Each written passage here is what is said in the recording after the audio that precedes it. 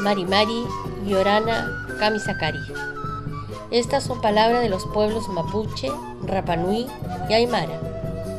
Son parte de las lenguas que se hablaban en nuestra América desde tiempos inmemoriales.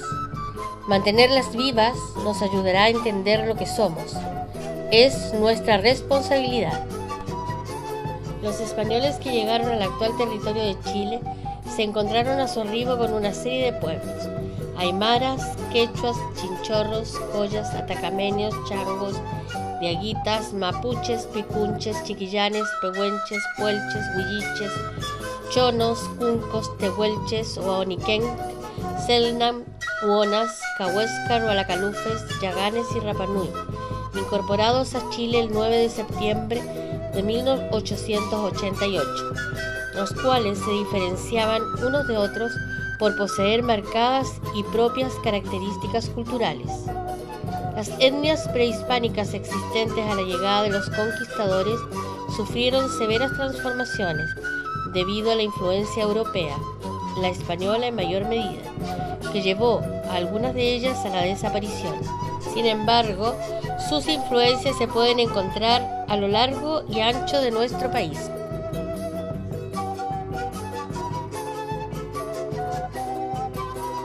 Pueblo aymara. La civilización Tiwanaku, que se desarrolló 2000 años antes de Cristo, suele considerarse como el primer estado aymara. Al momento de enfrentar al imperio incaico en 1430, el pueblo aymara estaba dividido en varios estados, situación que fue aprovechada por los invasores. La última comunidad independiente aymara fue la de Lupacas. Este pueblo se dedica a la agricultura y la ganadería y se ubica en la región que va desde el lago Titicaca, pasando por los faldeos cordilleranos hasta el noreste argentino. En Chile se le puede ver en la región de Tarapacá y en menor proporción en la región de Atacama. Los aymaras, que habitan el altiplano, crían ovejas, llamas, ganado y alpacas, pero tienen pocos cultivos. Por su parte, quienes viven en la precordillera han podido desarrollar la agricultura mediante el antiguo sistema de terrazas, cultivando papas, cebada y quinoa. Es por eso que los pastores y agricultores intercambian sus productos entre sí.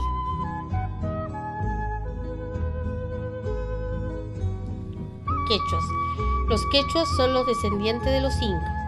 En nuestro país ocupan el territorio que va desde Caquena por el norte hasta Parinacota por el sureste y Putre por el oeste, compartiendo con los aymaras la zona precordillerana y altiplánica. Como en el pasado los quechuas dominaban a los aymaras, tienen muchas características culturales comunes con ellos.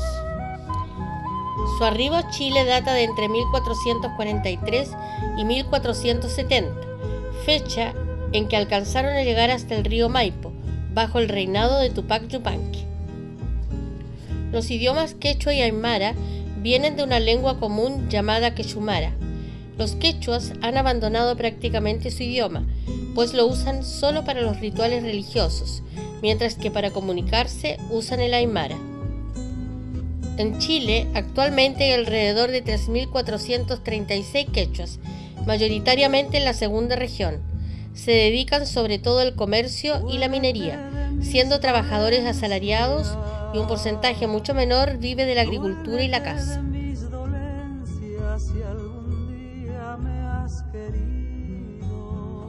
Atacameños, Licanantay. Los atacameños o Licanantay viven en los oasis, valles y quebradas de la provincia de Loa, en el norte de Chile, segunda región. Sus principales centros ceremoniales son Caspana, Paine, Socaire, San Pedro de Atacama y Toconao. Ellos provienen de antiguos cazadores y recolectores que se adaptaron a la zona gracias a las favorables condiciones que ofrecía la cuenca del río Loa. Esta cultura alcanzó un gran desarrollo en el siglo XV, antes de la llegada de los incas. Ancestralmente se destacaron en la metalurgia, alfarería, textilería y técnicas de cultivo de la tierra en terrazas. Este pueblo, al igual que aymaras y collas, forjó su identidad después de la desintegración de Tiwanaku, cuando los pueblos altiplánicos se dividieron en varios reinos. La lengua que hablan se llama Kunza.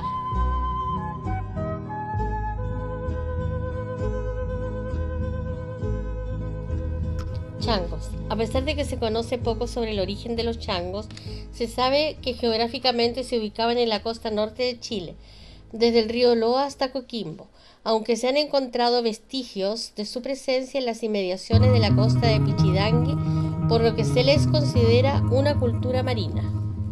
Los changos se organizaban en bandas nómadas que se trasladaban en balsas construidas con cuero de lobo marino. Sus principales actividades económicas eran la caza, lobos marinos, focas, ballenas, la pesca y la recolección de mariscos.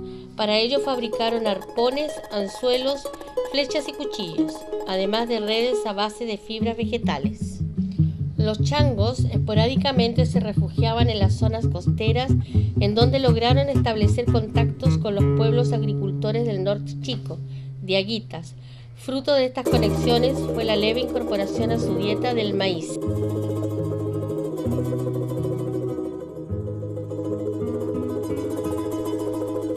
Chinchorros. Habitaron en la costa de Arica y Parinacota, desde Tarapacá y Antofagasta. Se dedicaban a la pesca, a la caza y la recolección de productos marinos.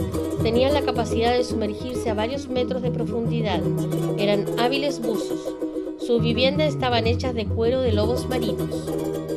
Cerca de 9.000 años atrás, los primeros exploradores descubrieron la abundancia de vida a lo largo del litoral y, a medida que estos cazadores-recolectores comenzaron a asentarse, se fueron transformando en pescadores expertos. En sus tiempos libres elaboraron simples, pero bellos instrumentos de pesca, como por ejemplo anzuelos de conchas y cactáceas, pesas líticas y tejidos de malla. Además se convirtieron en hábiles tejedores de junquillos, manufacturando cestería y esteras para usos múltiples. Sin embargo, uno de los aspectos culturales más interesantes de Chinchorro fue su complejo sistema funerario.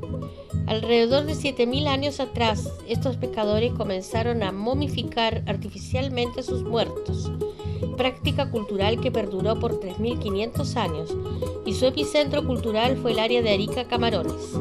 La preparación del cuerpo para la otra vida fue una creación a veces increíblemente sofisticada. Los cuerpos eran completamente desarticulados para ser posteriormente reensamblados.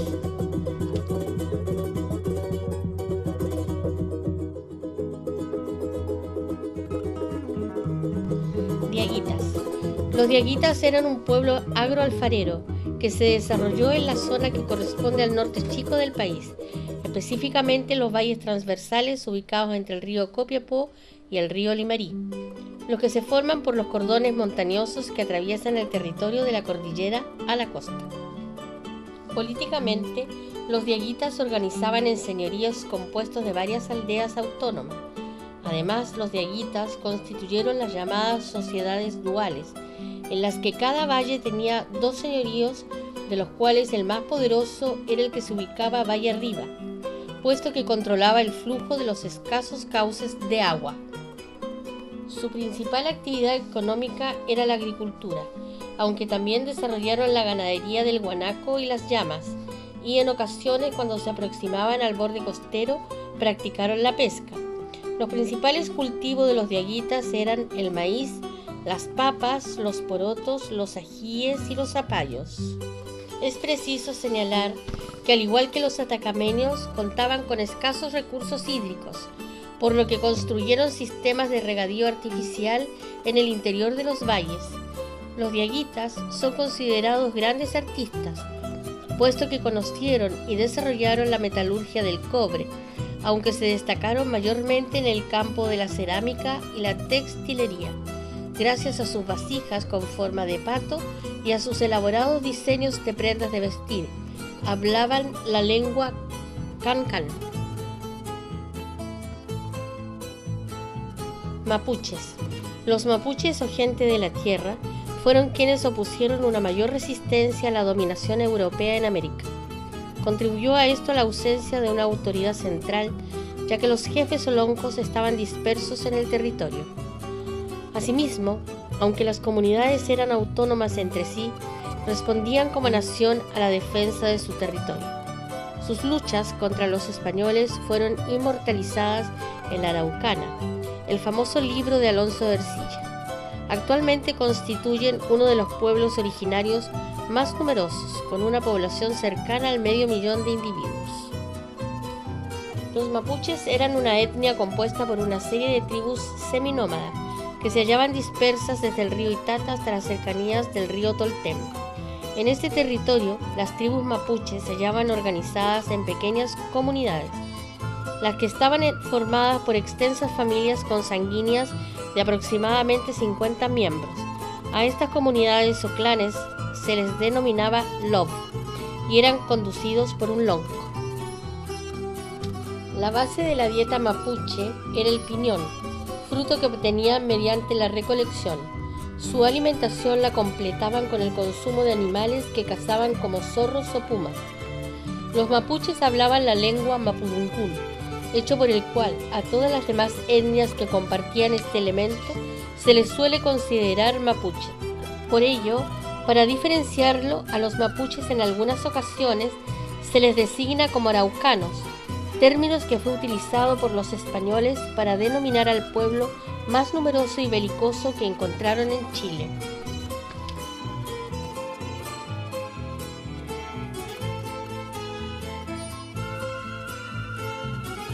Chonos.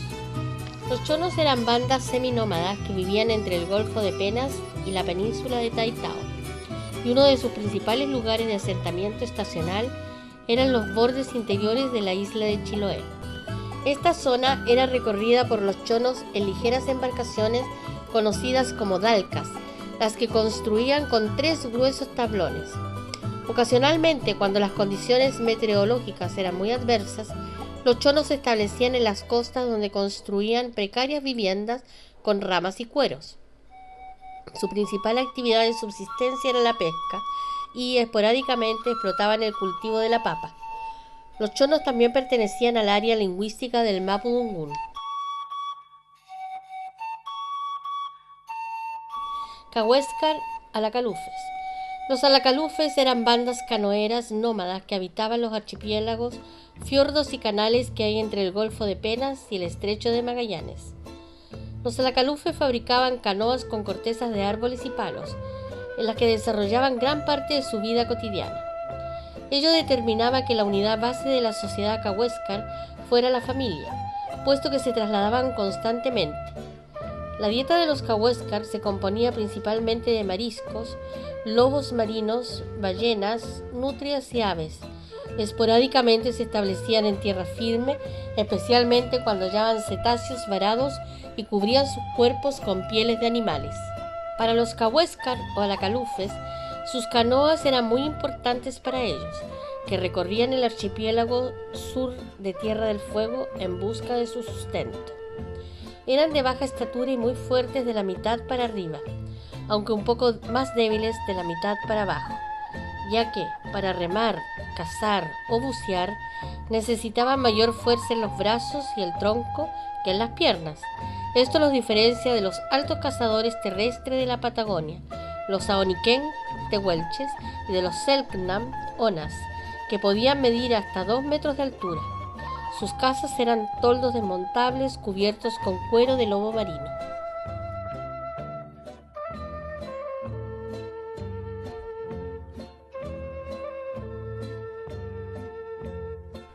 Aoniquén, tehuelches.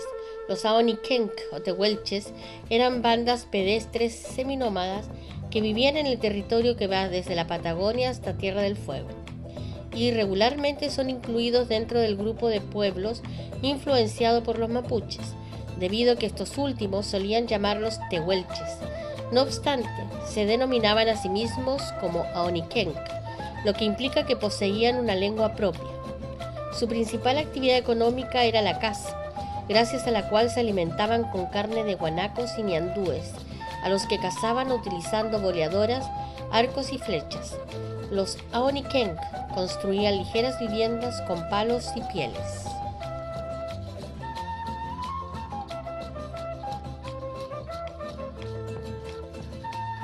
Selknam onas. Los Selknam u onas eran bandas pedestres que habitaban en gran parte de la Tierra del Fuego y que basaban su economía en la caza de abundantes guanacos, zorros y aves. Sus principales armas fueron el arco y la flecha. La alta disponibilidad de alimentos permitió la subsistencia de una gran cantidad de población. Al igual que los Aoniken, los denominados Zonas se llamaban a sí mismos como Selknam y tenían una lengua propia. Ello posibilitó que la etnia Selknam desarrollara una amplia variedad de mitos y leyendas basadas en sus creencias religiosas. Los Selknam vivían en tiendas semicirculares que forraban con pieles y cueros.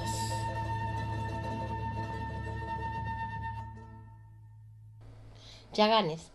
Los Yaganes eran un pueblo de bandas nómadas canoeras que habitaban más allá de Tierra del Fuego, en la orilla sur del canal Beagle y en las islas adyacentes. Su principal actividad económica era la pesca y la caza de animales marinos. De la misma forma que los Kaweskar, los Yaganes prácticamente vivían en sus canoas, pero a diferencia de ellos no se vestían con pieles y cueros. Por el contrario, los Yaganes solían andar desnudos.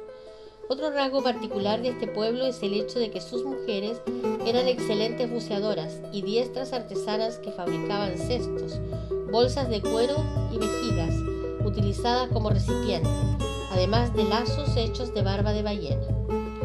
Para cazar, los Yaganes usaban un arpón de casi 3 metros de largo, al que adosaban una punta de hueso de pescado dentada, por uno o ambos lados. Sus flechas tenían punta de piedra, aunque sustituyeron dicho material con vidrio en el siglo XVIII. Eran nómades y vivían de la caza y la pesca. Usaban brazaletes hechos con cuentas de huesos de aves y conchas. Los varones lo usaban solo en los tobillos y las mujeres también en las muñecas. Rapa Nui. Rapa Nui es el nombre originario de la isla de Pascua, lugar mundialmente conocido por los colosales moais, gigantes de piedra volcánica construidos por los ancestros de este pueblo. Estas misteriosas esculturas miden en promedio 4 metros de altura, a excepción del moai Paro, que alcanza los 10 metros. Se dejaron de construir debido a crisis internas originadas por disputas de poder y escasez de alimentos en la isla. Esta isla triangular tiene volcanes situados en sus 3 puntos: el Rano Kau, el Mangua Terebaca y el Poike. Según la tradición local, el primer colonizador de Rapa Nui fue el antiguo rey Otumatua, quien llegó con un grupo de personas desde islas polinésicas cercanas. Él sería el responsable de fijar la organización social y las normas legales que rigen su sociedad. Su idioma es llamado Baranga Rapa Nui y su escritura ceremonial Rongo Rongo, ambos relacionados con la cultura polinésica. En la llamada fase expansiva se produjo una inusual devoción religiosa, relacionada con el culto a los ancestros. En tal periodo se llevó a cabo la construcción de unos 300 altares ceremoniales y cerca de 600 moais. El poder de los sacerdotes y de la nobleza se encontraba en su plenitud. Luego sobrevino la crisis política y la hambruna. A esta etapa se le llamó fase decadente. Las peticiones de los Rapa Nui a los dioses entonces estaban ligadas a la adquisición de alimentos. El culto al dios Makemake, relacionado con la fertilidad, surge en este periodo. La isla fue descubierta el 5 de abril de 1722 por el almirante holandés Jacob Roggeveld. Chile tomó posesión de Isla de Pascua el 9 de septiembre de 1888.